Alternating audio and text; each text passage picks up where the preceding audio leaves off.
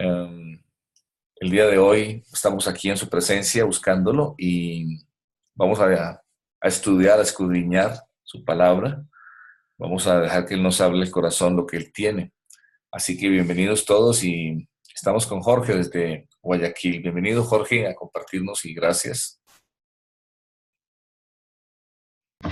Muchas gracias, Ricardo. Buenos días, familia. Este es un día muy especial. Quiero invitarles que abramos el libro de los Hechos en el capítulo 1, desde el versículo 12, y que el Señor nos hable a través de este libro y de este pasaje que es muy especial para nosotros. Dice el versículo 12: entonces volvieron a Jerusalén desde el monte que se llama del Olivar, el cual está cerca de Jerusalén, camino un día de reposo.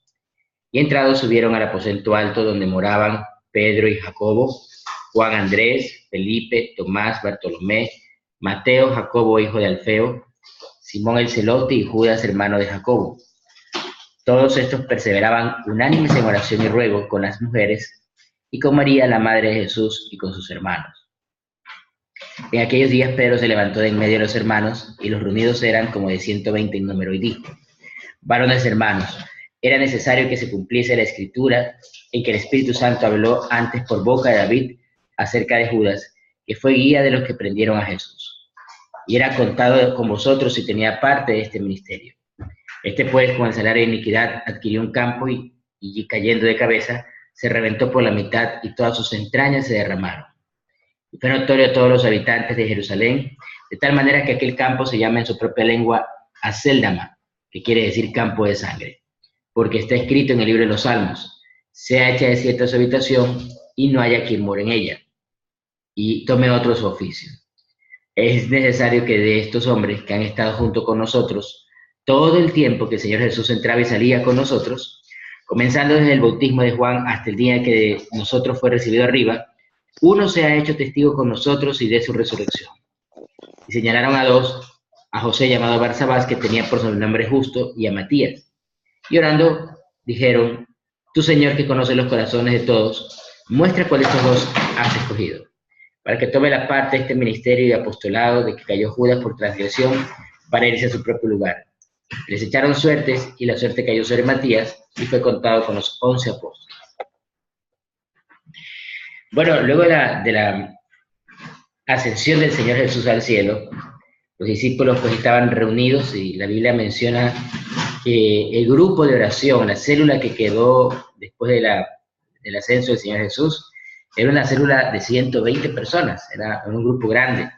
Yo creo que más que célula ya era un movimiento bastante amplio. Pero si ustedes notan, en el versículo 14 dice la Biblia que perseveraban unánimes en oración y ruego. Siempre después de un evento social o de un evento trágico, las personas tenemos costumbre de reunirnos y seguimos hablando de los temas que acaban de acontecer. Es como una costumbre muy propia de los seres humanos. Sin embargo, veamos cómo la gente se reúne, pero en esta ocasión se reúnen, pero para perseverar en la oración y ruego. Es decir, este grupo no solo se reunía un ratito, se reunía mucho tiempo y se reunían con mucha perseverancia. Es decir, a pesar de las obligaciones, del trabajo, de las cosas que tenían que hacer, había perseverancia, había persistencia de hacerlo, porque tenían hambre y sed del Señor. Tenían una necesidad muy fuerte, muy grande de reunirse para orar y para rogar. Y algo muy importante es que en ese tiempo los varones y las mujeres no se mezclaban para hacerlo. Mas, sin embargo, dice la Biblia que estaban aquí todos unánimes y estaban en el mismo lugar, es decir, hombres y mujeres reunidos. Y es que el Señor Jesús no solo dejó un conocimiento de la ley mucho más amplio y aplicativo de lo real, sino que también les enseñó a ir más allá de lo que la cultura les había enseñado. Y ahora ellos habían roto un poco ese esquema de separar a las mujeres de los varones para orar, y estaban orando juntos. Qué importante es que el Señor Jesús vaya rompiendo nuestros esquemas sociales, religiosos, culturales, que el Señor Jesús vaya abriendo brecha en los conocimientos que tenemos, porque pues muchas veces esos conocimientos están puestos ahí por la tradición, por la cultura, por la religiosidad, por la herencia social, pero el Señor Jesús va mucho más allá de eso. Y esta gente pues juntos estaban orando y especialmente menciona que estaba la mamá del Señor, la Virgen María, reunidos ahí. Y se levanta Pedro, y Pedro, pues, como siempre, era el vocero de los demás, era el líder, y comienza a hablar algo que es muy interesante. Dice, era necesario que se cumpliese la escritura en que el Espíritu Santo habló antes por boca de David acerca de Judas, que fue guía de los que precedieron a Jesús, y era contado con nosotros y tenía parte en este ministerio. Este, pues, con salario de iniquidad, adquirió un campo y cayendo de cabeza se reventó por la mitad y todas sus entrañas se derramaron. Y fue notorio a todos los habitantes de Jerusalén, de tal manera que aquel campo, que se llama en su propia lengua, Acéldama, que quiere decir campo de sangre. Porque está escrito en el libro del Salmo, se echa desierta su habitación y no haya quien more en ella y tome otros oficios. Yo no sé si a ustedes les ha pasado, a mí me ha pasado, que a veces uno ve a la gente que hace mal y ve que les va bien. Y uno dice, pero ¿por qué estas personas que hacen daño, que hacen cosas inadecuadas les va bien? ¿Por qué a la gente que ha hecho tantas cosas contrarias a la voluntad del Señor, contrarias a la ley, sin embargo les va muchas veces mejor que a nosotros? Y yo creo que pues, ahí debemos de recordar lo que dice el Salmo 73. Yo quisiera que siempre recordemos en estos momentos cuando nos asaltan este tipo de dudas de si a la gente mala le va mejor que a nosotros. Recordemos que el Salmo 73 es también un salmo donde habla acerca de un hombre llamado Asaf, que comienza a ver a aquellos que prosperan y que hacían mal, y comienza a sentir un poco de envidia en su corazón, y comienza a ponerse mal. Sin embargo, luego dice, cuando entré a la presencia de Dios, comprendí el final de ellos. Aquí, comparando un poco el Salmo 73 con lo que Pedro, perdón, dice, es interesante porque a pesar de que aparentemente a Judas debería haberle ido bien, era el que salió con plata de todo el asunto, él no sufrió nada de lo que el Señor Jesús sufrió, él no le importó, aparentemente le fue económicamente mejor, más sin embargo, pues la Biblia termina diciendo que su final fue muy notorio, y no fue notorio para bien, sino para mal. Su muerte fue, digamos, muy trágica, y muy notoriamente trágica. Creo yo que debemos de recordar cuando nos asaltan este tipo de pensamientos de que a otras personas les va mejor y no buscan al Señor. Uno nunca sabe el final de ellos, pero pues la Biblia menciona que por lo general no terminan bien. No terminan, digamos, con una muerte bonita o no terminan con un final agradable. Muchos de estos personajes que han hecho daño terminan bajo situaciones muy feas, notoriamente trágicas. Creo que es importante recordarlo, porque como hijos de Dios, cuando nuestro corazón se llene de dudas, recuerda que el Señor ha prometido su presencia, ha prometido otras cosas, que el mundo no nos lo hará. Importante que en este momento donde vemos lo que pasó con Judas, recordemos que el Señor siempre tiene una promesa especial para nosotros, y en este caso, pues Pedro, toma una decisión que yo quisiera de pronto que pusiéramos nosotros un poco de cuidado a lo que voy a decir. Yo estoy leyendo un poco este pasaje con varias ayudas de manuales, porque me asalta un poco la duda de lo que hizo Pedro. Pues recordemos que todavía no había descendido el Espíritu Santo. Así que Pedro no podemos decir que tomó una decisión llevada por el Espíritu Santo al hablar con los demás y decir que alguien tome el lugar de Judas.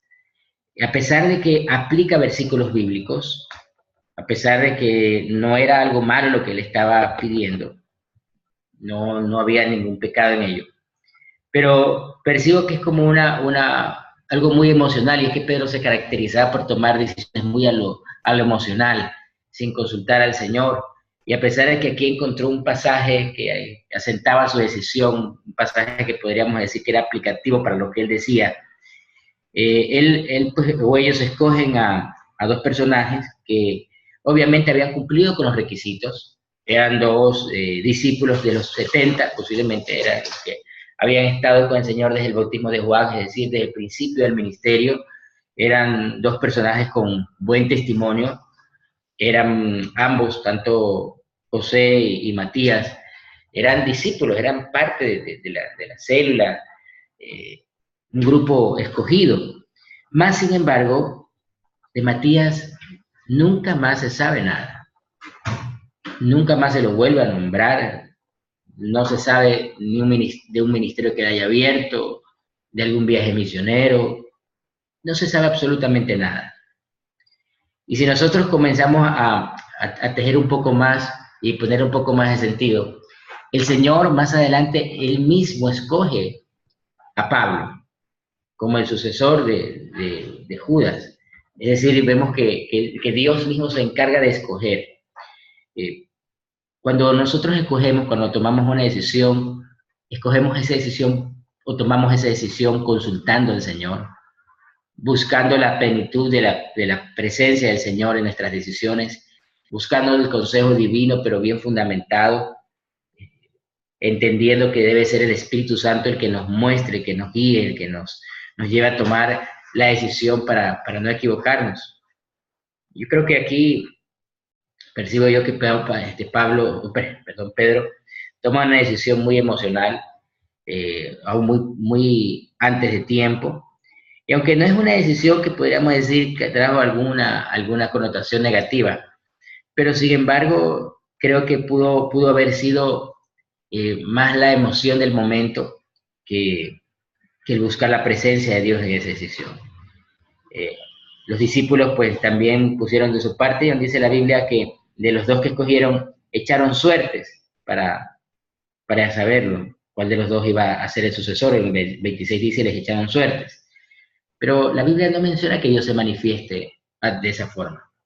A veces los cristianos jugamos un poco así como hay la quiromancia, yo creo que hay cristianos que juegan como la bibliomancia. Yo he conocido personajes que abren la Biblia y quieren tomar una decisión, abren la Biblia y el pasaje que sale, pues ese es el que ellos cogen como inspiración divina. Y yo creo que eso es como un poco peligroso porque pues puede pasar lo que a algún personaje un día le pasó, que ante unas decisiones de la vida no sabía qué hacer y abrió la Biblia en un pasaje donde decía que Judas fue y se ahorcó. Y luego abrió en otro pasaje y luego decía el pasaje, ve tú y haz lo mismo. Y todavía un poco confundido, volvió a abrir la Biblia, en otro pasaje decía, y lo que vas a hacer hazlo pronto. Entonces nosotros no podemos tomar la Biblia como un amuleto, como algo místico que va a abrirse en un pasaje donde me va a mí a decir algo que quiero escuchar. Yo creo que la Biblia nos va a hablar, sí, a través de la oración, de que el Espíritu Santo nos lleve a un pasaje puntual.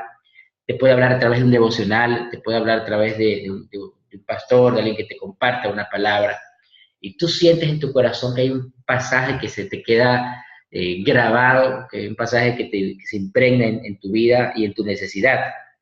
Así que creo que es muy importante que nosotros no juguemos como a la suerte con la Biblia, porque podemos de pronto tomar decisiones equivocadas, y a pesar de que no son decisiones tal vez inmorales, ni tal vez son decisiones que vayan a resultar en una transgresión de la palabra del Señor, pero de pronto nos pueden llevar a momentos donde que tal vez no necesite pasar, o tal vez a confusiones familiares o a confusiones personales.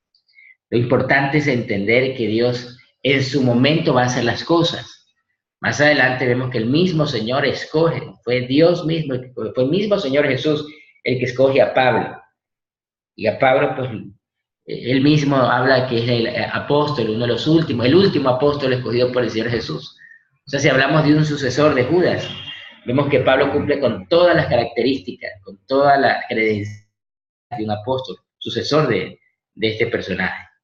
Así que quiero invitarles que en este tiempo pues le pidamos al Señor que nos enseñe a tomar decisiones en la plenitud del Espíritu Santo, que aún esas decisiones sean basadas en su palabra, sí, pero una palabra que tenga aplicación real, correcta, en el momento que estoy viviendo, por la causa que estoy clamando, y que le pidamos al Señor que Él sea ayudándonos a decidir de la forma más correcta, Él sea ayudándonos a decidir en la plenitud de su Santo Espíritu.